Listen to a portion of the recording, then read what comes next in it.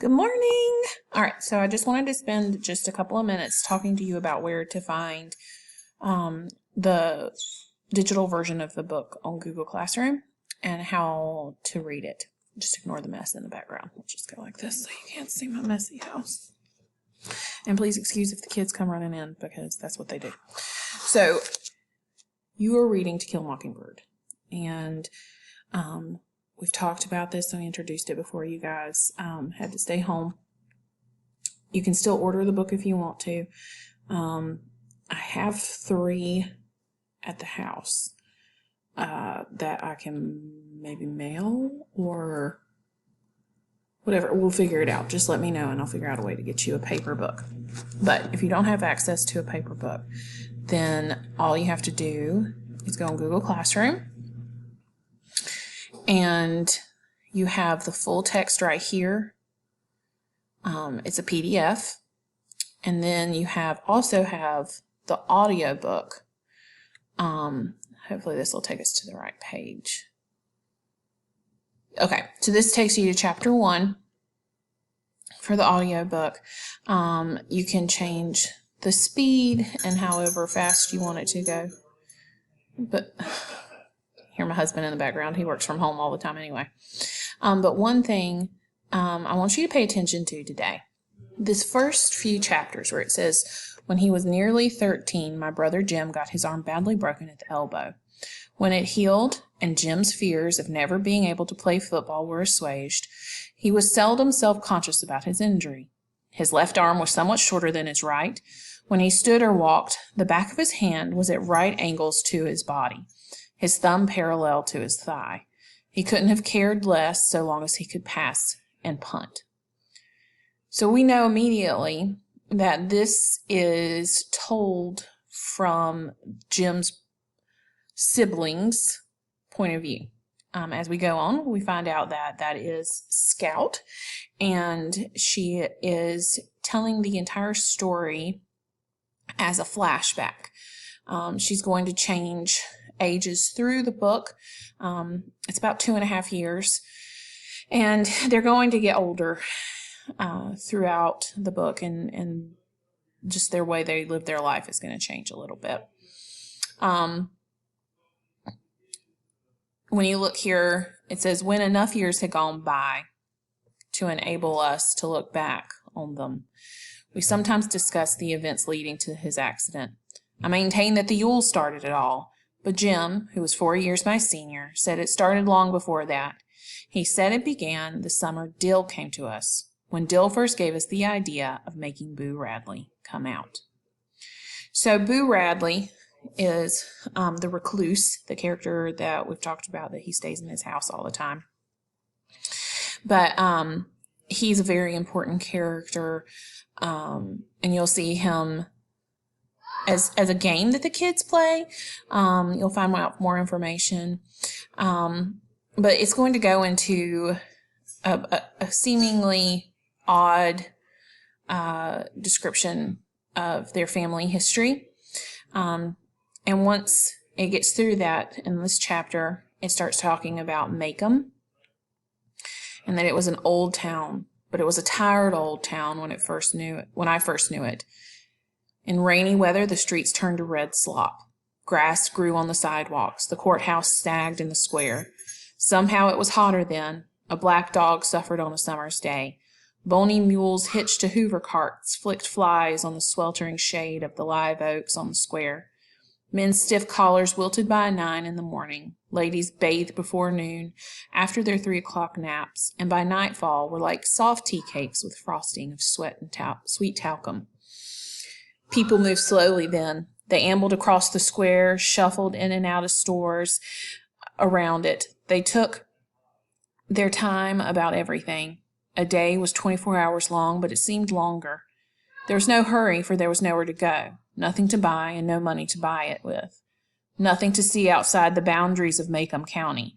But it was a time of vague optimism for some of the people. Maycomb had recently been told that it had nothing to fear but fear itself. So this is giving us the setting. It's obviously there's no money to spend.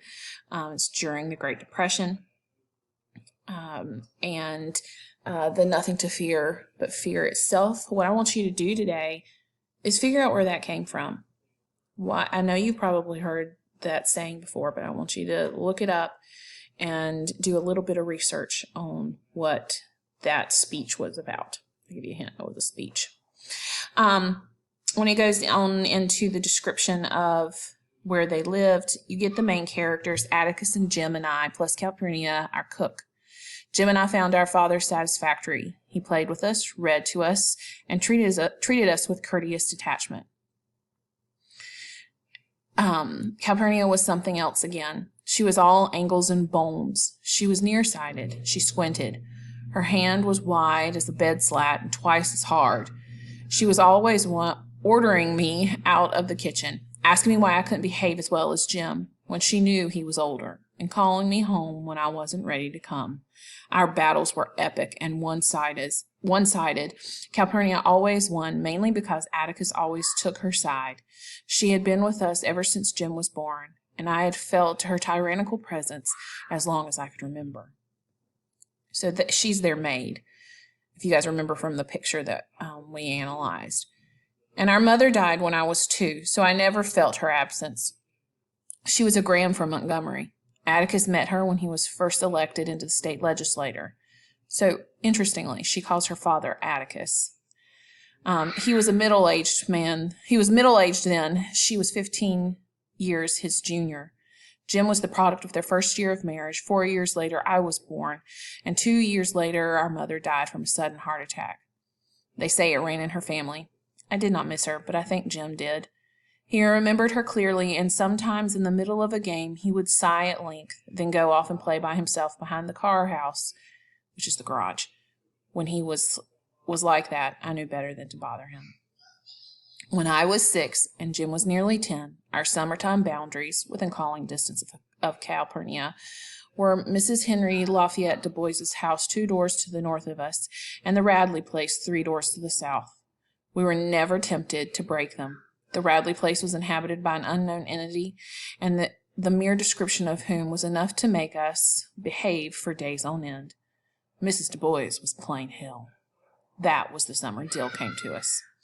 So this is the setting. You get a little idea of the town, everything. It's very slow. It's a good, hot southern town, of course, Macomb, Alabama, in the deep south. But I just wanted to take a few minutes to talk to you about the setting and the characters. So the narrator of the book is Scout. Her name is Jean Louise Finch. It is a girl, so most of the time I always have a student that's confused about that. Her brother Jim is 4 years older than her. They live with their father Atticus, who's a lawyer and a state legislator. Their mother has passed away, and Calpurnia is their maid that's been with them her whole life. Not Cal's whole life, but since Jim was born. And this is their normal life.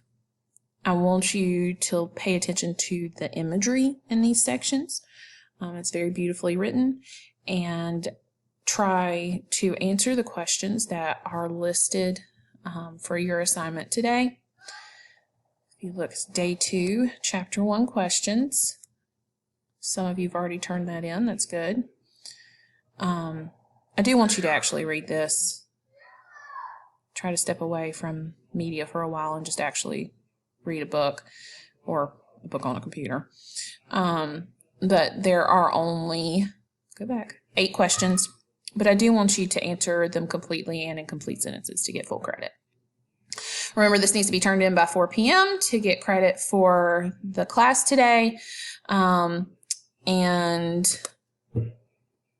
you have any questions, I'll be here all day, unless my children are going crazy. We might take a little field trip today, which is a nature walk or something, just to get out of the house. It's beautiful weather. Take your laptop outside. Breathe some fresh air. I think they're killing each other. Yeah, they're trying to kill each other. I gotta go. But I hope everyone has a great day.